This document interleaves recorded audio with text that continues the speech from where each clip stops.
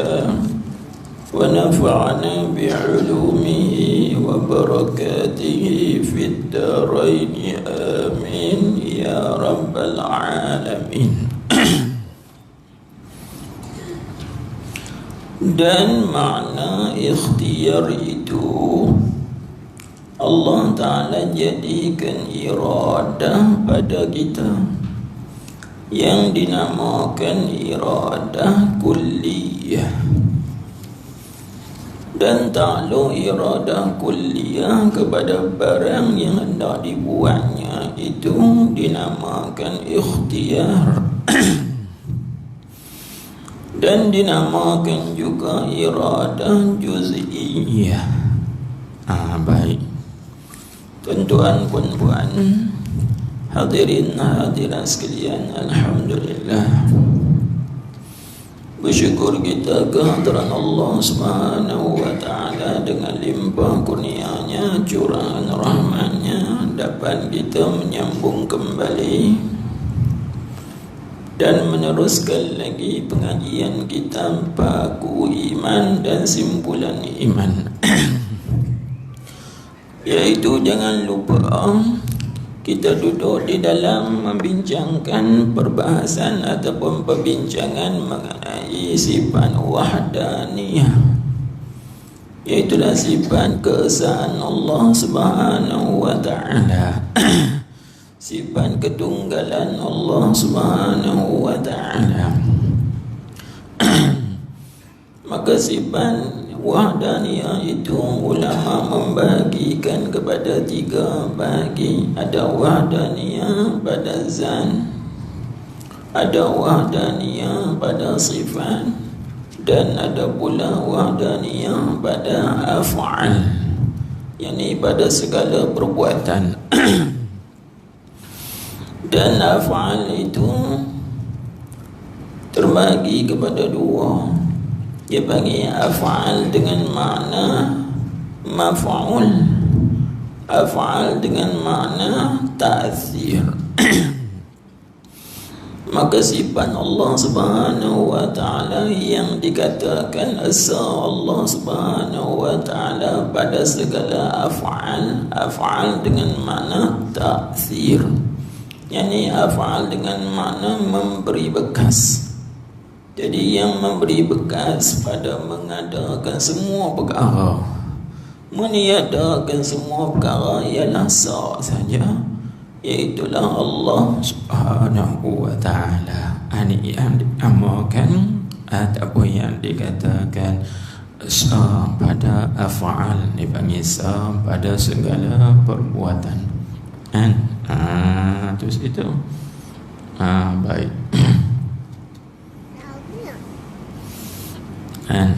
Pada segala perbuatan. Tiba-tiba kita mengaku juga ada pada kita ini perbuatan, dipanggil perbuatan yang bahasa ikhtiari, yang bahasa usaha. Maka inilah yang dibincangkan di dalam perbincangan kita, iaitulah yang pertama kita dah bincang dah apa makna usaha, kan? Baik. Maka usaha itu kita dah bincang dah dahulu, iaitu menyertai kudrat yang baru dengan perbuatan. Yang ini Allah Ta'ala jadikan kudrat dan Allah Ta'ala jadikan perbuatan itu bergerak, dijadikan kedua-duanya bersama, tidak dahulu dan tidak kemudian. Dan maka iktibar itulah dinamakan dia usaha. Maka usaha itu bukan perkara wujudi dan bukan perkara yang bangsa ada. Baik, itu dah dibincangkan dah dahulu. Maka pada malam ini kita dah sambung balik, iaitu kita dah bincang pula apa makna ikhtiar. Kalau kita terjemah dalam bahasa kita, maknanya ikhtiar dia masdar daripada fi'il madhinya ikhtara, yakhtaru ikhtiaran. bahasa kita panggil pilih ataupun memilih. Jadi ikhtiar ini kita panggil pilihan dalam bahasa kita. Baik, tu panggil afdalul ikhtiar, sebaik-baik pilihan. Baik, kalau begitu dalam istilah ilmu tauhid, ilmu usuluddin, ikhtiar itu maknanya apa? Katanya, dan makna ikhtiar itu Allah Ta'ala jadikan iradah baru kita ini, mana Allah Ta'ala jadikan kehendak. Iradah di sini dipanggil iradah hadisah, bukan iradah qadimah dah. Allah Ta'ala jadikan pada kita ini, Tuhan jadikan iradah. Iradah ni dengan makna kehendak atau keinginan. Kata terjemah di situ. Jadi Allah Subhanahu wa Ta'ala jadikan pada kita ini kehendak atau keinginan. Itu namanya ikhtiar. Pilih. Bila kita bahasa kehendak, kita bahasa teringin, kita pun pilih. Dia rasa cenderung hati kita kepada suatu perkara ingin. Itulah yang dinamakan dia iradah kulliyah. Dia panggil iradah kulliyah. Dan ta'alluq iradah kulliyah pada barang yang hendak dibuatnya itu dinamakan dia ikhtiar. Itu mau hati, atau ada kecenderungan hati kita nak buat ataupun pilih nak buat, kehendak nak buat satu perkara. Ini dinamakan dia ikhtiar. Baik, dan dinamakan juga iradah juz'iyah. Dia juga. Jadi ala kulli hal kita ambil balik atas perkataan ini apa makna ikhtiar. Makna ikhtiar ialah Allah Subhanahu wa Ta'ala jadikan pada kita ini kehendak dan juga keinginan. Itu makna ikhtiar. Tuhan jadikan pada kita ini, Tuhan jadikan kehendak dan juga keinginan kepada suatu. Maka timbullah di situ dipanggil kecenderungan hati. Cenderung hati nak atau panggil cenderung hati kepada suatu. Habis. Kalau begitu, apabila kita sudah memahami apakah makna usaha dan juga apakah makna ikhtiar, maka usaha dan ikhtiar ini mana dahulu kita sebut usaha ikhtiar, kan? Kita tidak sebut ikhtiar usaha. Coba kita berusaha dan berikhtiar, itu yang kita sebut. Baik. Jadi kalau kita tengok antara usaha dan ikhtiar, mana yang dahulu? Ikhtiar dulu kah? Usaha dulu kah? Atau sebaliknya? Usaha dahulu kah? Itu barulah kita pilih atau kita ikhtiar. Tengok terkurung dalam kitab Paku Iman ini disebut, katanya, maka ikhtiar itu terdahulu daripada usaha. Jadi apabila kita faham definisi atau ta'rif usaha dan ikhtiar, maka kita dapat fahamlah di situ bahawa ikhtiar itu dahulu daripada usaha, dan usaha itu adalah kemudian daripada ikhtiar. Jadi sepatutnya kita nak cakap begini, cubalah kita berikhtiar usaha. Itu cakap yang betul. Tapi hari ini kita cakap kita berusaha dan berikhtiar. kalau ikut kaedah ilmu tauhid itu adalah salah kan. Tapi salah ini dipanggil khata' masyhur. Ini dipanggil satu kesalahan yang sudah masyhur. Apa makna masyhur? Masyhur dengan makna man ma kasura qailuhu. Masyhur dengan makna perkara yang banyak orang cakap. Jadi banyak sekali orang duk cakap, iaitu apa? Cakap usaha ikhtiar, usaha ikhtiar, usaha ikhtiar. Ini yang banyak orang cakap. Inilah yang masyhur. Tetapi kalau kita tengok dalam pengajian dan juga kajian ilmu tauhid, maka cakapan ini salah kan, salah dari segi sudut ilmu tauhid. Tetapi salah ini tidak membawa kepada membinasakan iman, tidak membawa kepada merosakkan iman, tidak membawa kepada terkeluarnya seorang itu daripada Islam dan juga iman. Tak, jangan silap faham pula.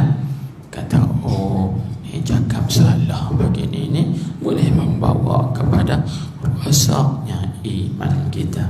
Tak rosak iman. Cuma dari segi sudut kaedah ilmu tauhid atau ilmu usuluddin, maka cakap begitu salah dari segi susunan atau aturan dia.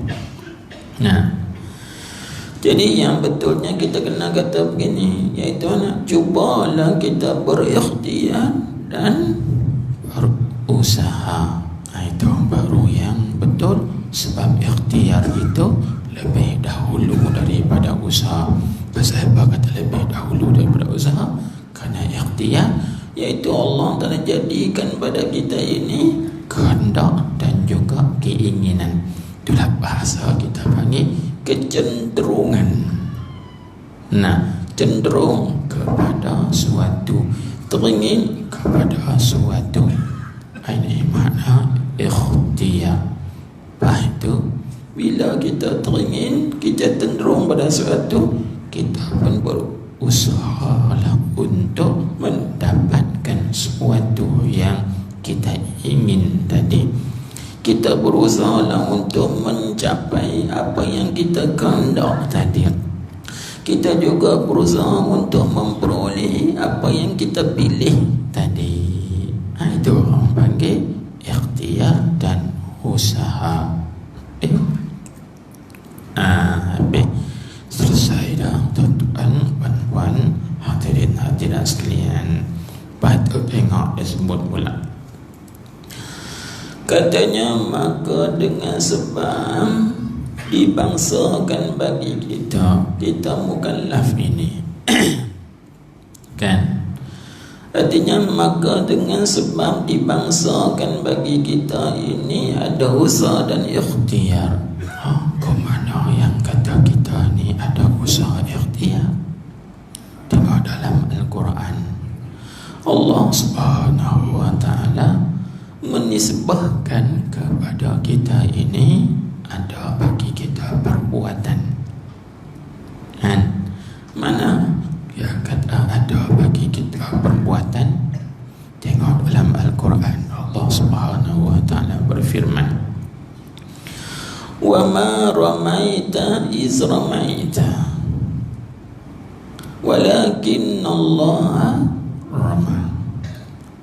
Mana Allah Ta'ala nisbahkan, bangsakan kepada kita usaha. Mana ayat tu? Tengok Tuhan sebut wa ma ramaita, dan tiadalah engkau melontar wahai Muhammad.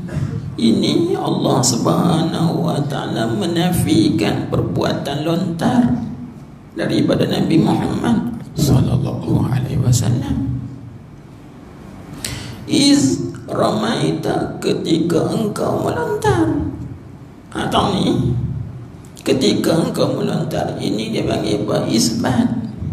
Allah Ta'ala mengisbatkan perbuatan melontar tu bagi Nabi kita Muhammad sallallahu alaihi wasallam. Kan? Itu situ. Tiadalah engkau melontar ketika engkau melontar. Jadi wa ma ramaita dia panggil nafi. Nafi lontar, nafi perbuatan. Ketika engkau melontar, jadi izramaita itu dia panggil mengisbatkan perbuatan melontar. Jadi isbat ni lah orang panggil nisbah fi'il, nisbah perbuatan. Maka nisbah perbuatan ini dipanggil nisbah af'al ikhtiyariyah, dipanggil nisbah kasbiyah, nisbah usaha. Nah, sebab itu dia kata sini, dia kata apa? Dia kata maka dengan sebab dibangsakan bagi kita usaha dan ikhtiar. Itu mana Allah Subhanahu wa taala menisbahkan, membangsakan kepada kita hamba-hambanya ini usaha dan perbuatan itu dipanggil apa? Itulah dijanjikan beri pahala bagi kita pada mengerjakan yang disuruhnya Allah, dan dijanjikan siksa atas kita pada mengerjakan yang ditegahnya tegah Allah Subhanahu wa taala. Jadi dengan sebab kita ini ditaklifkan usaha dan juga ikhtiar, pilihan. Bila kita nak ataupun kita memilih atau kita cenderung kepada perkara yang baik, lalu kita usaha buat benda baik, maka dijanjikan oleh Allah Subhanahu wa taala dengan usaha dan ikhtiar kita tadi, dia dibalaskan dengan kebaikan. Dan begitu juga sebaliknya.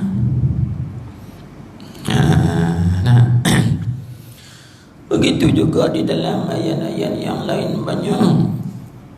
Contohnya di dalam ayat Al-Quran, Allah Subhanahu wa taala berfirman, udkhulul jannata bima kuntum ta'malun.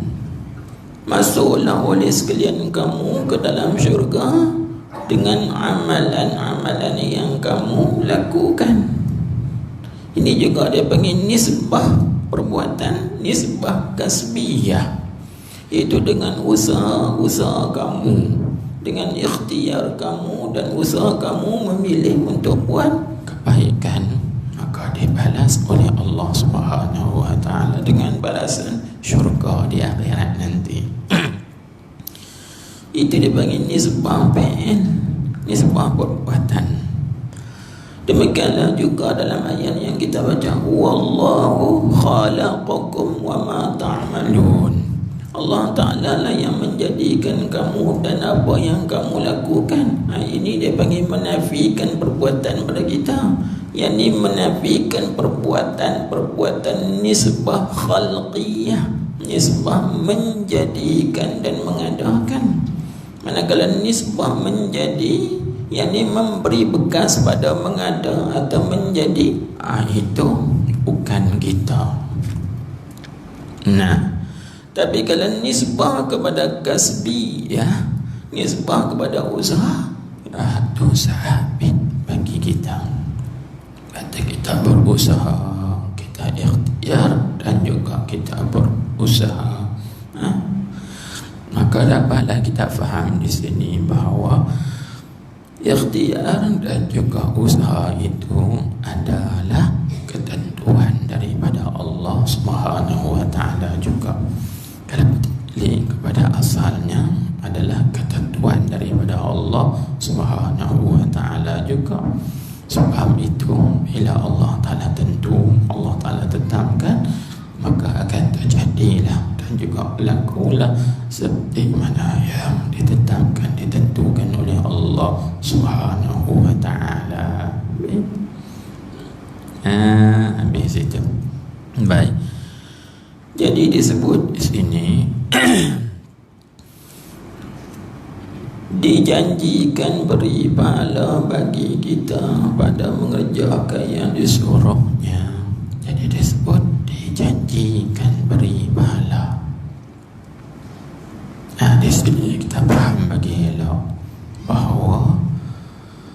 kita buat benda yang baik, Tuhan janji bagi pahala. Di sini dah faham bagi elok bahawa Allah Ta'ala janji bagi pahala itu semata-mata limpah kurnianya, bukan menjadi kewajipan ke atasnya. Nah, semata-mata limpah kurnia Allah Subhanahu wa ta'ala, bukan wajib atas Allah nak bagi pahala. Sebab apa? Sebab kalau wajib bagi Allah Subhanahu wa ta'ala, ini akan membawa kepada ada tekanan yang boleh menekan dan juga memaksa Allah. Allah bagi pahala dekat aku sebab aku beramal. Itu ada orang lain boleh tekan Tuhan, ada orang lain boleh paksa Tuhan. Kalau gitu ada lagi orang yang lebih kuat dan juga gagah dan berkuasa daripada Allah Subhanahu wa ta'ala. Sebab ada yang lain boleh paksa dan juga tekan Tuhan bagi pahala ke atas amalan yang dilakukan. Gitu? Tak, bukan begitu. Kerana Allah Subhanahu wa ta'ala, Tuhan kita itu kaya.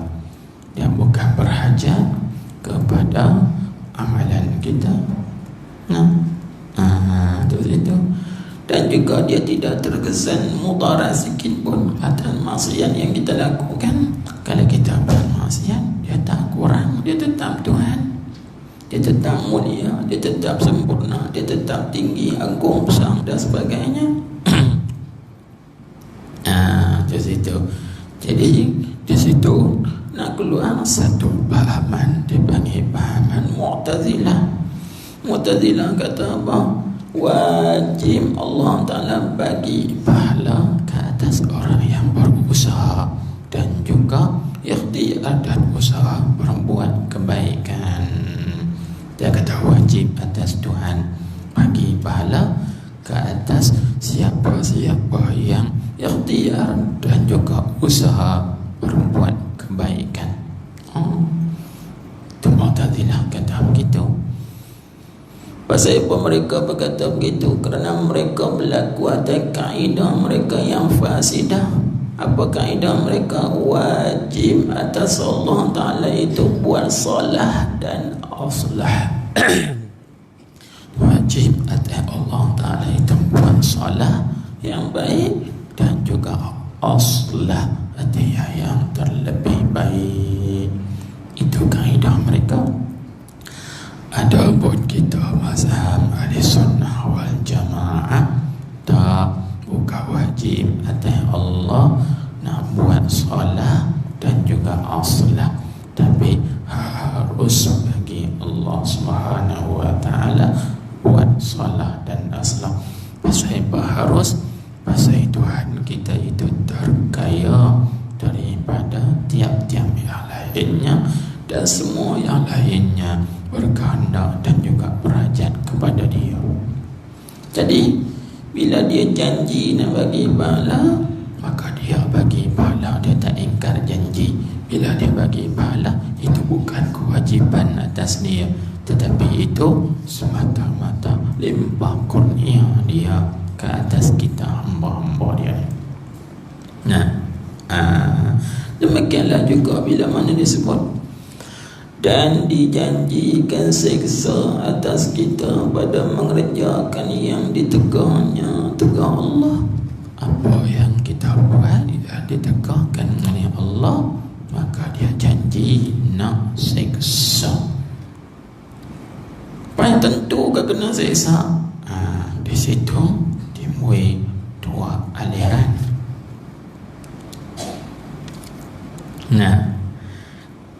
Kalau kita ini ikhtiar, ada kecenderungan nak buat perkara maksiat, ya Tuhan tegah. Kemudian kita berusaha buat perkara yang ditegah oleh Allah Subhanahu wa ta'ala. Lalu kita ini berada di dalam janjian Tuhan. Tuhan janji seksa ke atas orang yang melanggar perintahnya. Baik orang ni pasti dan tentu kena seksa. Nak faham gelak di sini. Mesti ke kena seseorang tu. Di sini ada dua aliran dalam mazhab kita, Ahlussunnah wal Jamaah. Dan kita ambil mazhab Ahlussunnah wal Jamaah sebagaimana yang diisyaratkan oleh Rasulullah sallallahu alaihi wasallam di dalam peristiwa Isra dan Mi'raj. Pilih yang susu, yang bersih dan juga yang suci.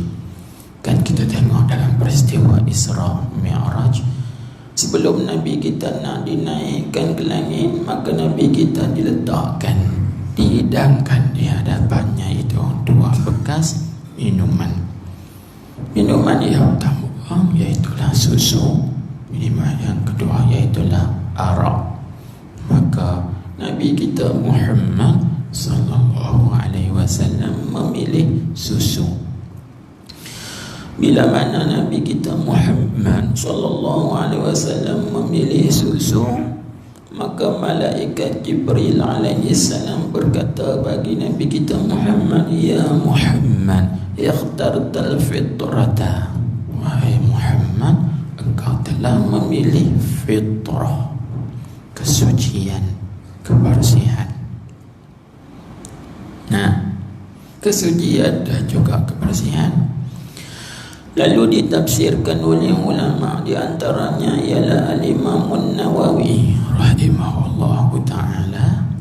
Maka Imam Nawawi mentafsirkan fitrah itu dengan makna dinul Islam, iaitulah agama Islam. Jadi Nabi kita memilih susu, berarti Nabi kita memilih Islam. Nah, Islam, agama Islam. Baik. Apabila memilih agama Islam, bila kita sebut Islam, agama, dia bagi kepada dua, iaitu ada usul, ada furu'. Ada usuluddin, ada furu'uddin. Maka usuluddin itu membincangkan mengenai tiga perkara: ketuhanan, kerasulan, kenabian, dan juga perkara-perkara yang gaib, perkara yang tak dapat kita lihat dengan mata kepala. Baik. Situ. Kemudian dia ada furu'uddin. Furu' membincangkan mengenai empat: ibadah, muamalah, munakahat, hudud atau jinayah. Membincangkan mengenai empat perkara. Tak apalah.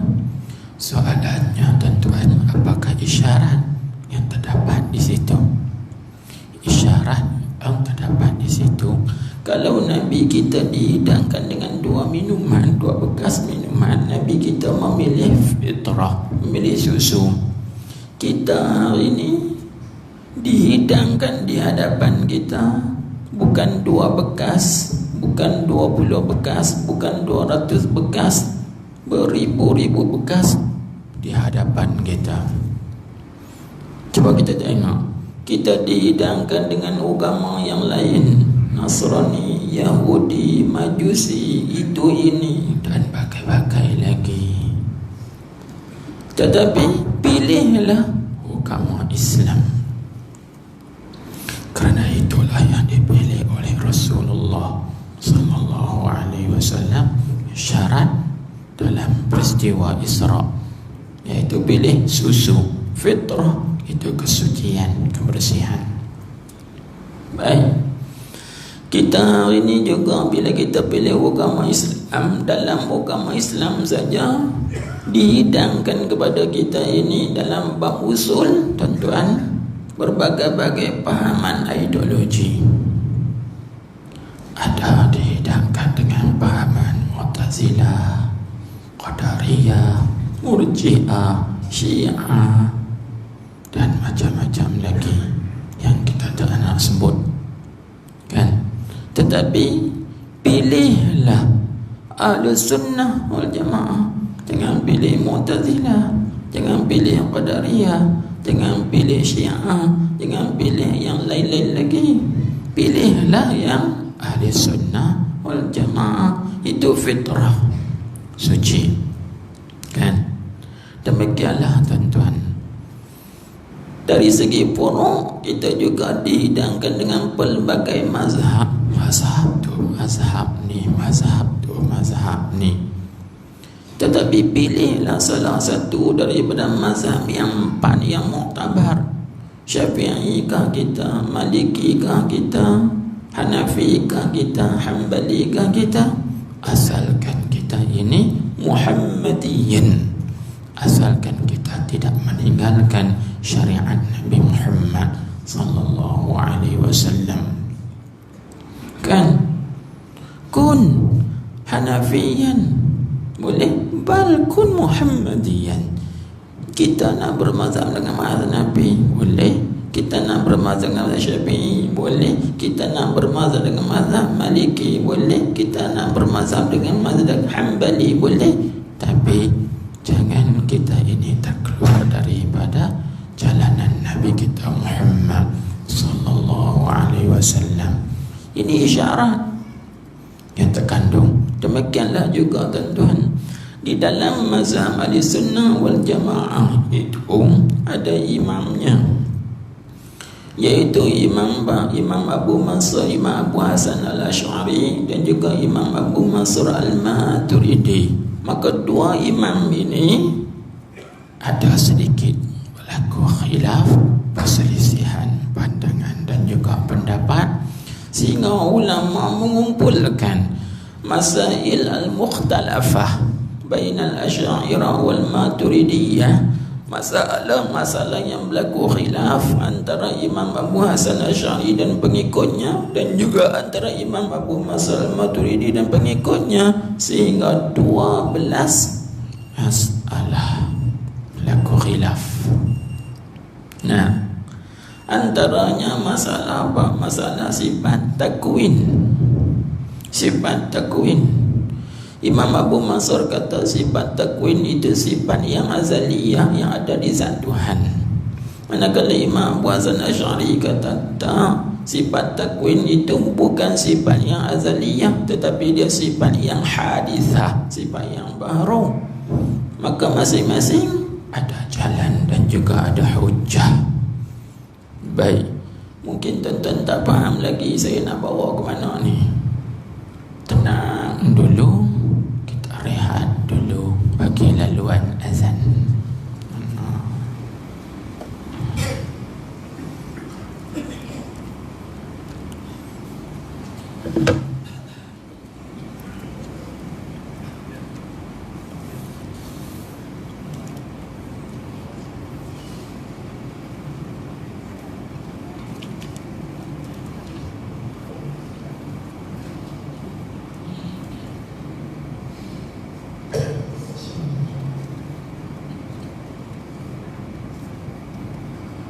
Allah Akbar, Allah Akbar, Allah Akbar, Allah Akbar.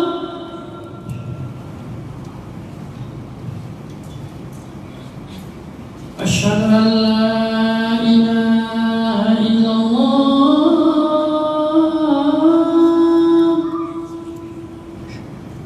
أشهد أن لا إله إلا الله.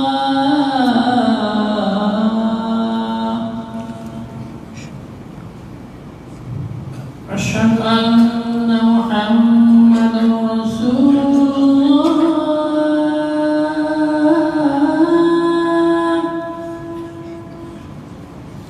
أشهد أن محمدا رسول الله.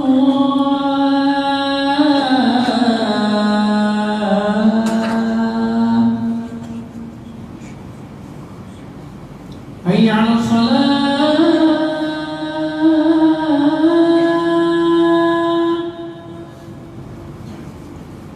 حي على الصلاة،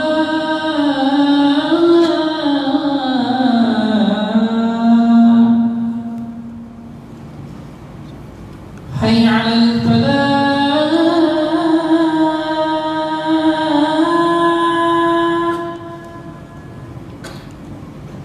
حي على الفلاح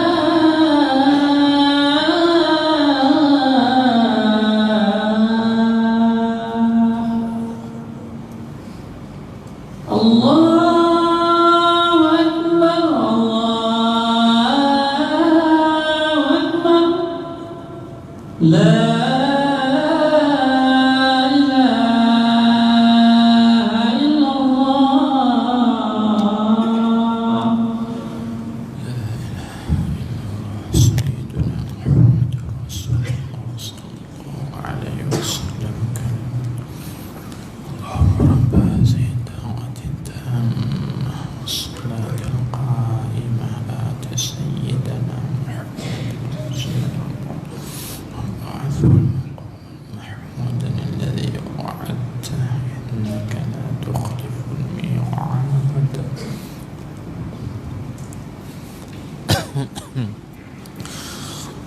baik, kita sambung balik.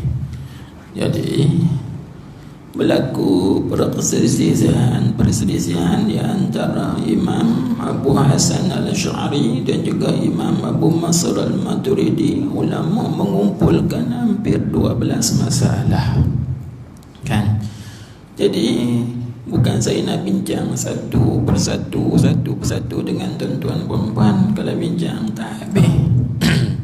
Cuma nak bawa di antara masalah yang berlaku khilaf antara Imam Abul Hasan dengan Imam Abu Mansur Maturidi, yang di mana dua-dua orang imam ini ialah imamai ahli sunnati wal jamaah. Dia panggil dua imam, dua ikutan bagi ulama ahli sunnah wal jamaah. Dua-dua betul. Dua-duanya betul. Iaitu berlaku khilaf bila Allah Subhanahu wa taala janji siksa. Ini kita kaya tadi. Jangan lupa asal tajuk perbincangan. Sagi lari tajuk tak faham. Bila Allah Subhanahu wa taala janjikan siksa kepada orang yang menyalahi perintahnya atau orang yang derhaka berbuat maksiat terhadap dia, kan? Adakah Allah Ta'ala janji siksa tu Allah Ta'ala nak tunai janji atau tidak? Ni berlaku khilaf. Kalau mengikut di sisi Imam Abu Mansur Al-Maturidi, dia kata Allah Ta'ala tidak menyalahi janji. Tetap orang yang buat maksiat, yang pilih hatinya, cenderung hatinya, lepas tu dia berusaha buat maksiat, orang ini tentu pasti tetap diazab di akhirat kelak, kerana Allah Subhanahu wa taala tidak menyalahi janji. Tu situ mengikut Imam Abu Mansur Al-Maturidi wa man tabi'ahu, dan juga pengikut-pengikutnya. Biasanya orang yang mengikut Imam Abu Mansur Al-Maturidi ini kebanyakan ulama-ulama sebelah negeri Uzbekistan dan belah-belah banyak, sebab di sana orang bagi bermazhab dengan mazhab Hanafi. Asana di banyak di Samarkand, di Uzbek, di Tashkent dan sebagainya lagi sebelah-belah tu. Dinamakan juga mereka dengan ulama Mawara'un Nahri, iaitu ulama yang berada di sebalik sungai, di belakang sungai. Dan di sana dia ada dua sungai yang panjang, Sayun sebut itu panjang sungai. Baik. Jadi kalau mengikut Imam Abu Hasan Al-Asy'ari, Imam Abu Hasan Al-Asy'ari kata dah, orang yang melakukan maksiat ataupun orang yang ada cenderung hatinya kepada maksiat, kemudian berusaha buat maksiat, lalu dia buat maksiat, orang ini dia kata duduk di bawah kehendaki Allah, tahta masyiatillah. Maksudnya duduk di bawah kehendaki Allah Subhanahu wa taala. Apa makna duduk di bawah kehendaki Allah? Yakni kalau Allah Ta'ala kehendaki nak seksa, maka dia seksa. Kan? Itu maksud duduk di bawah kehendaki Allah. Kalau Allah Ta'ala kehendaki nak seksa, maka dia seksa. Seksanya itu bukan zalim matanya, tetapi keadilan dia. Ini berlaku atas kaedah tu, kaedah bahasa kita di Sunnah wal Jamaah. Tuhan bagi pahala semata-mata limpah kurnia. Tuhan seksa itu semata-mata keadilan dia, bukan zalim atas dia. Nah, Tuhan bagi pahala atas kebajikan yang dia buat, itu semata-mata limpah kurnia Allah, bukan wajib atas Allah Subhanahu wa taala. Ada di situ. Itu tuan-tuan, saya kata kena faham istilah fitrah tadi, susu tu kena fahami bagi elak agama ni dalam bab akidah, dalam bab usuluddin. Bila kita faham, maka kita kena istiqamah. Kerana Imam Ghazali, Imam Nawawi juga mentafsirkan fitrah itu dengan makna al-istiqamah fid din, konsisten dalam agama, tetap dalam agama, tetap dalam agama Islam, tetap dalam akidah Ahlussunnah wal Jamaah. Kan jangan terkeluar daripada Ahlussunnah wal Jamaah, pahaman Ahlussunnah wal Jamaah.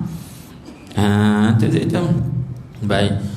Di antara pahaman yang terkeluar daripada Ahlussunnah wal Jamaah iaitu pahaman puak Khawarij. Ini kita bagi muqaranah, perbandingan. Pahaman puak Khawarij, orang Khawarij mereka kata apa? Murtakibul kabair kafirun. Orang yang mengerja segala dosa besar, orang tu jadi kafir. Kita di sunnah dah lagi, orang yang buat kerja dosa besar, dia mengerja dosa besar, tengok dulu. Tengok kan? Kalau dia kata benda tu halal, itu baru jadi kafir. Kalau tak, dia kata dia tinggal sembahyang. Orang tanya apa saya buat tinggal sembahyang? Tak wajib takut sembahyang, baru jadi kafir. Tapi kalau kita tanya dia, pasal apa tinggal sembahyang? Adakah sembahyang tak wajib? Tak, sembahyang wajib. Lepas tu pasal apa tak sembahyang? Tak ada arah, malas kan? Jadi fasik, tak jadi kafir lagi. Dalam mazhab kita Ahlussunnah wal Jamaah. Tapi di sisi Khawarij tak, niat sama ada nak menghina atau niat menghalal sebagainya, tetap bila buat dosa besar jadi kafir, murtad, wal-a'yazabillah. Ini di sisi Khawarij. Kita di Sunnah Jamaah ada lagi, kalau seorang itu mengejar dosa besar dengan sebab ada kecenderungan hatinya, kemudian dia berusaha buat perkara maksiat tadi, adakah Allah Ta'ala janji tadi nak seksa? Ini duduk di bawah kehendaki Allah Subhanahu wa Ta'ala.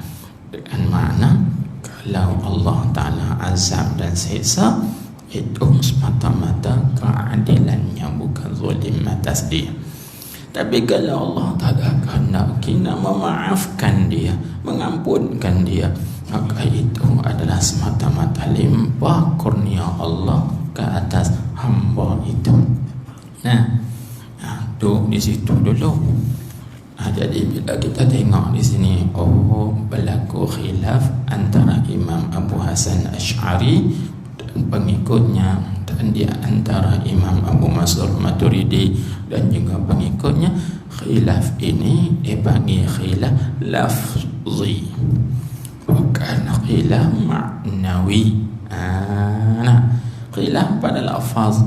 Kawan ni kata, kita tengok dulu, kalau Tuhan ampun itu semata-mata keadaan kemurahan dia, limpah kurnia dia. Kalau Tuhan tak ampun, itu semata-mata keadilan dia. Tak apa, tak ada apa selalu lah kan? Jadi kita ini ikut mana-mana satu, kedua-duanya betul. Kedua-duanya betul. Ini di dalam perbahasan bab usaha dan ikhtiar dan juga usaha. Baik. Jadi tengok balik asal perbincangan dan juga perbicaraan kita. Katanya, maka dengan sebab dibangsakan bagi kita usaha dan ikhtiar, itulah dijanjikan beri pahala bagi kita pada mengerjakan yang disuruhnya Allah dan dijanjikan siksa atas kita pada mengerjakan yang ditengahnya Allah. Lalu Tuan Guru kita dia datangkan dalil dan juga bukti. Kalau cakap saja tak ada dalil, tak ada bukti, tak terpakai kan? Dan tak nak sembang kedai kopi ya, tak jadi kan? Kalau sembang bagi tak jadi, kena ada dalil, kena ada bukti. Mana dia pun datangkan satu ayat Al-Quran, firman Allah Ta'ala dalam surah Al-Baqarah ayat 286 kan, ayat masyhur kita dah baca, Ar-Rasul, ayat yang akhir kan, belakang disebut bah la ma kasabat wa 'alaiha maktasabat. Tengok, artinya tetaplah bagi seorang dapat pahala orang yang berusaha. Ia seorang yang usaha dengan kebajikan, dan atasnya atas seorang itu dosa orang yang berusaha ia dengan kejahatan. Baik, jadi laha, kalau kita tengok asal lari kepada mana, laha tu dia merujuk kepada nafsan kan. Ayat yang sebelumnya itu la yukallifullahu nafsan illa wus'aha. Nafsan itu lafaznya kita tengok laku lafaznya muzakkar tapi maknanya muannas. Pada disebut laha li nafsan, baginya, bagi seorang itu. Maka lam di situ dipanggil lam lil manfaah. Lam lil manfaah maknanya apabila seorang itu berusaha satu manfaat yang baik, maka dia akan dapat balasan yang baik. Wa 'alaiha ala lil madarrah, dia panggil kemudaratan, yakni ancaman azab dan juga siksa. Dan ke atas seorang itu diancam oleh Allah Subhanahu wa ta'ala kalau dia berusaha akan kejahatan, maka dia ancam, dia azab dengan azab dan juga siksa oleh Allah Subhanahu wa ta'ala. Dan kita tengok pada ayat ini, artinya apa? Artinya usaha itu satu benda yang ditaklifkan oleh Allah Subhanahu wa ta'ala ke atas kita. Nah, cuma bezanya kalau kita nak halusi lagi, iaitu kalau tengok ayat yang pertama la makat ala la makasabat. Pada ayat yang berikut wa alaiha ma iktasabat. Apa beza kasabat dengan iktasabat?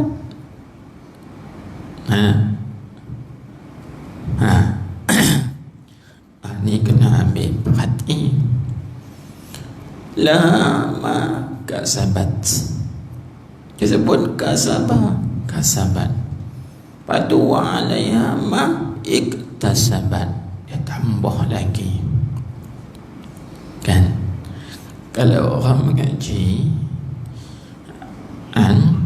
dalam ilmu saraf, kasabat atau wazan fa'alat, kasaba fa'ala. Baik, lepas itu pula wa 'alaiha maktasaban, daripada perkataan iktasaba, yaktasibu iktisab, atau wazan ifta'ala, yafta'ilu ifti'al, wazan ifti'al, iktisab, iktasaba, yaktasibu iktisab, iktasabat. Ini penting kita kena ambil kira. Nah, tapi saya tak mau bincang perkara ini dengan tuan-tuan kerana bukan tempat dia dan bukan medan dia.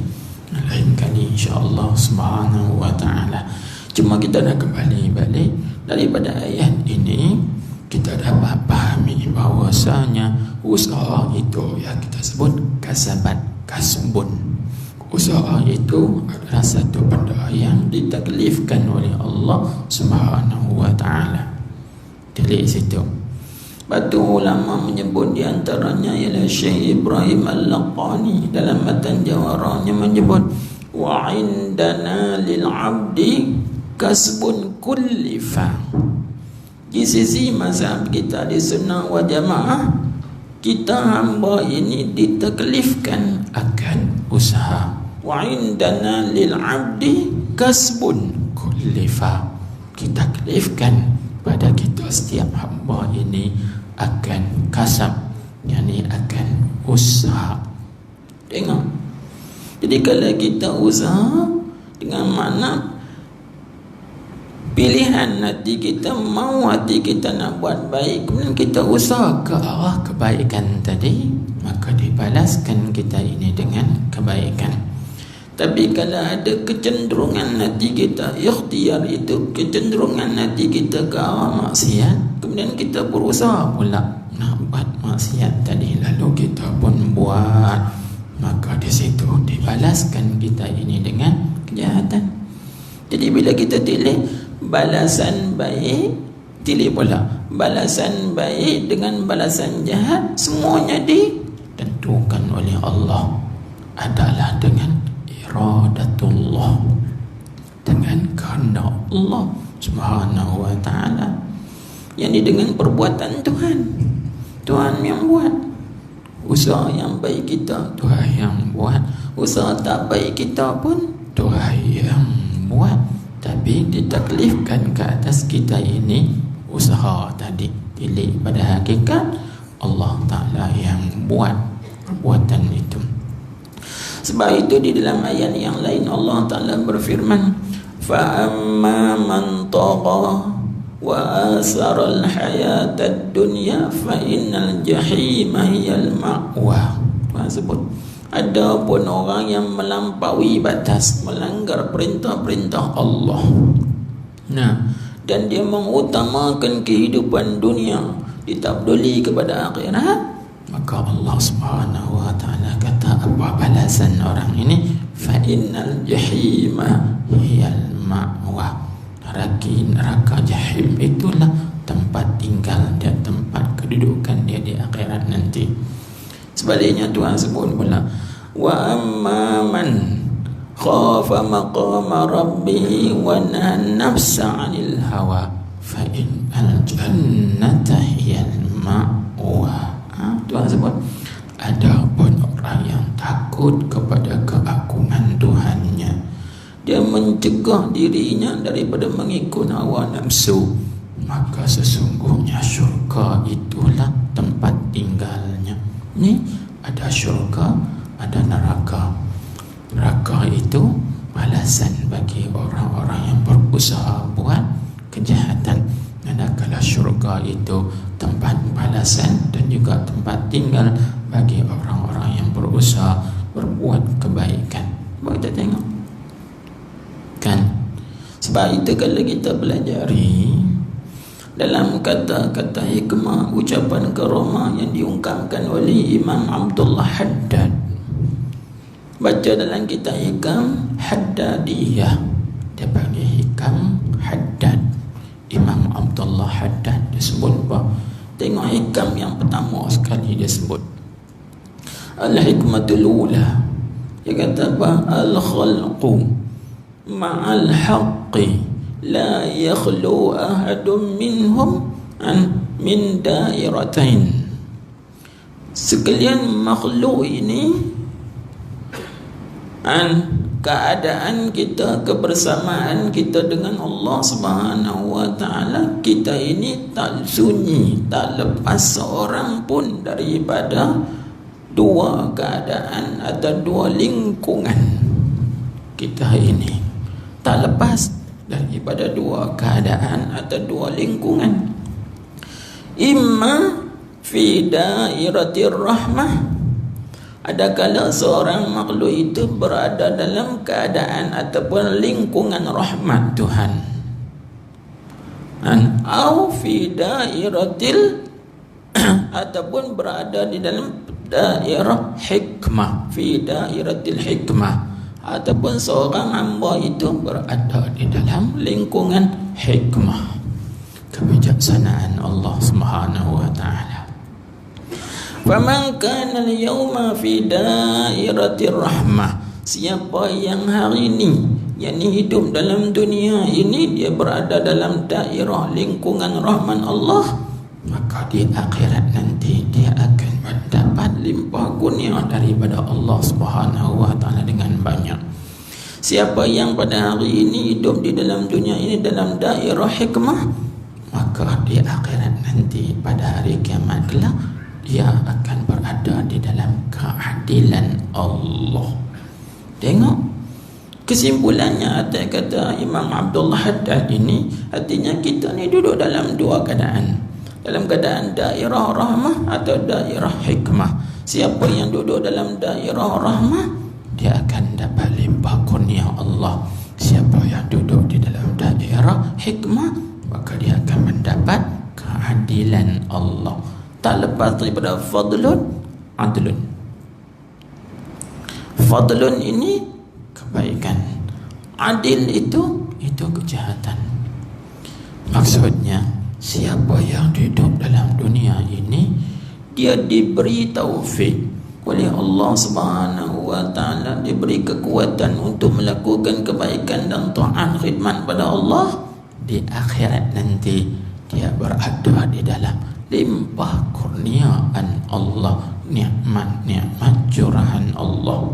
Sebaliknya, siapa yang hidup dalam dunia ini berada dalam daerah hikmah, apa sebab Tuhan buat begitu? Ni hikmahnya, dalam maksiat, dalam kejahatan, dalam kebasikan dan sebagainya lagi, maka dia di akhirat nanti berada di dalam daerah keadilan Tuhan. Apa maksud keadilan Tuhan? Tengok, kalau Tuhan kehendaki nak memaafkan, dia maafkan, maka dia maaf, limpah kurnia dia. Kalau dia kehendaki nak mengazabkan, maka dia azabkan. Dia azab itu semata-mata keadilan dia, bukan zalim dia. Kerana Allah Ta'ala berfirman, wa ma rabbuka bizallamin lil abid, Tuhan kamu itu wahai Muhammad tidak akan menzalimi diri hamba-hambanya. Nah, habis itu kita sekarang alhamdulillah berada di dalam daerah rahmah. Tengok, Tuhan bagi taufik kepada kita datang ke masjid. Tuhan bagi hidayah, taufik, kita ini i'tikaf dalam masjid, mendengar majlis ilmu, sementara nak tunggu sembahyang jemaah Isya dan seterusnya aktiviti ibadat yang lain. Ini berada dalam daerah rahmah. Habis itu apa yang patut kita buat? Syukurlah. Jangan kita memuji, melainkan kita puji Allah Subhanahu wa taala sahaja. Kalau seandainya kita ini berada dalam daerah hikmah, Tuhan uji kita dengan kejahatan, maksiat, mana tahu lepas pada sembahyang Isya lagi kita diuji oleh Allah Ta'ala, duduk di kedai kopi, sembang itu ini, buang masa kan, sebenarnya merapu, tak ada faedah. Itu daerah hikmah kan, itu daerah hikmah. Kalau kita duduk begitu, maka apa yang patut kita buat? Kata ulama, fala yalumanna illa nafsah, jangan dia cerca, jangan dia celah, melainkan celahlah dirinya sendiri. Allah, aku ni nikmat Tuhan bagi sihat badan, masa lapang boleh baca Quran, dibuang masa sembang di kedai kopi, hatta dalam masjid pun duduk sembang lagi, tak tahu nambah lah kan. Habis itu kemudian katanya tanbihun, jadilah Allah Subhanahu wa ta'ala. Itu sebenarnya ujian. Dan kalau kita duduk dalam masjid pun kita duduk sembang lagi, duduk tempat kebajikan pun kita sembang lagi, itu adalah daerah hikmah tu. Ujian Allah, Tuhan nak uji tengok kita. Dan kita duduk dalam ujian tu. Jangan disengkau kata, aku orang masjid, aku duduk dalam masjid, aku dalam daerah rahmat Tuhan. Rupa-rupanya duduk dalam daerah hikmah, ujian Allah tu. Jaga, jaga hati. Situ dulu. Subhanakallahumma wa bihamdik asyhadu an la ilaha illa anta astaghfiruka wa atubu ilaik. Allahumma salli ala sayyidina wa maulana Muhammad wa ala alihi wa sahbihi wa sallim. Bismillahirrahmanirrahim. Alhamdulillahi rabbil alamin. Wa sallallahu wasallam alaihi. Allahumma aftah alaina hikmataka wa anshur alaina rahmataka ya arhamar rahimin. Allahumma hadina wa saddidna. Allahumma hadina wa saddidna. Allahumma hadina wa saddidna. Allahumma inna nas'aluka ilmal khaifin wa inabatal mukhbitin wa ikhlasal muqinin wa syukras sabirin wa taubatas siddiqin. Wa nas'aluka Allahumma binuri wajhika alladhi mala'a arkana arshik أن تزرع في قلوبنا معرفتك حتى نعرفك حق معرفتك كما ينبغي أن تعرف به. اللهم أعتق رقابنا ورقاب آبائنا وأمهاتنا وإخواننا وعشيرتنا من عذاب القبر ومن عذاب النار برحمتك يا عزيز يا غفار يا كريم يا ستار يا حليم يا جبار يا الله يا الله يا الله يا حي يا قيوم لا إله إلا أنت. ربنا آتنا في الدنيا حسنة وفي الآخرة حسنة وقنا عذاب النار. وصلى الله وسلم عليه والحمد لله رب العالمين. Mohon maaf semua.